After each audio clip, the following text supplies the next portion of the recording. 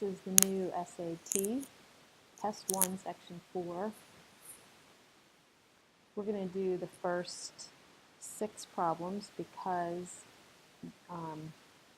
you all did very well in the first 6 problems, so I can go quickly through this. John runs at different speeds as part of his training program. The graph shows his target heart rate at different times during his workout. On which interval is the target heart rate strictly increasing, then strictly decreasing? So you just look. I mean, if you're going between 0 and 30, it's not strictly decreasing or increasing. 40 to 60, so 40 to 60, it's going strictly up, strictly down. So I would say 40 to 60. You can check the other ones out just to make sure that you didn't miss something, but that's the answer. 6 of you did miss this. No, 4 of you did miss this one. So you're just going to check each interval and see where it's strictly increasing, strictly decreasing. All right, this one, a little bit more algebra. If y equals kx, where k is a constant, y is 24 when x is 6. What's the value of y when x is 5?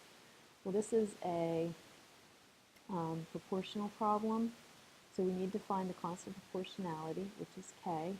So the first thing, they're going to give us 2 of the 3 variables. Since they gave us 2 of the 3 variables, we can solve for the third variable. So we're going to say 24 equals k times 6. And we get k equals 4. Now once we have k, they want to know the value of y when x is 5. Again, we have 2 of the 3 variables. We write y equals kx. We want to figure out y this time.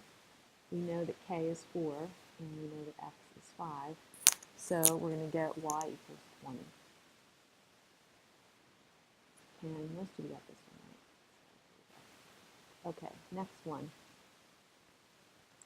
In the figure, lines L and M are parallel, and S and L are parallel. If the measure of 1 is 35, what is the measure of 2? Okay, so here we have vertical angles, so it's going to be 35.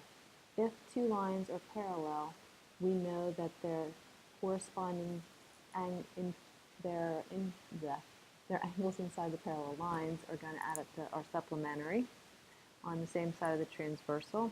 So we know that this is going to add up to 145 because they have to add up to 180. These 2 are parallel as well, so the same thing. These are interior angles on the same side of the transversal, so this is going to be 35.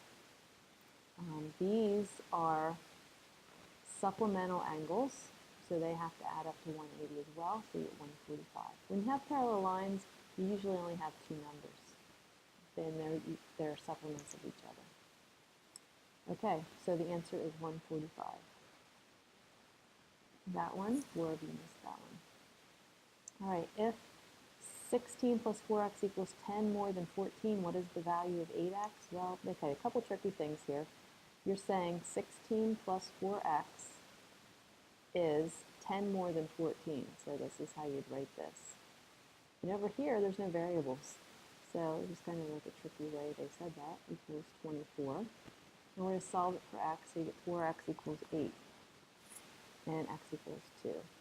And you can see 2 is an answer here, so your temptation is to go to solve that 2, but they're saying what's the value of 8x? So you need 8 times 2, and you get 16. A little tricky there. All right, let's go on to the next page. Which of the following graphs best shows a strong negative association? Well, this is a positive slope. If you're reading left to right, if the line is going up, it's going to be a positive slope. A negative slope goes downhill, like this. That's a negative slope. So we want to find one that goes downhill, and it says a strong association, which means it's going to be not this. This one is going downhill, but it's not strong. It's like all over the place. This one is just kind of a line that goes like that. This is a strong association, but it's going in a positive direction, so the answer to this one is D. All right, next one is a little bit more tricky. A hospital stores 1 type of medicines in 2 decagram containers based on the information given in the box above. How many 1 milliliter doses are there in 1 2 decagram container? All right, what I did was I said we want 2 decagrams. So I took this equation and I multiplied both sides by 2. So I said 2 decagrams equals 20 grams. And they want to say how many 1 milliliter doses are there in a 2 decagram container. So 2 decagrams equals 20 grams. So I want to find out how many 1 milliliter dosages. So I'm going to do the same thing. Here I multiplied both by 2 to get the 2 decagrams. Now I'm going to multiply both sides by 20 to get 20 grams. It says how many 1 milliliters are there in a 2 decagram?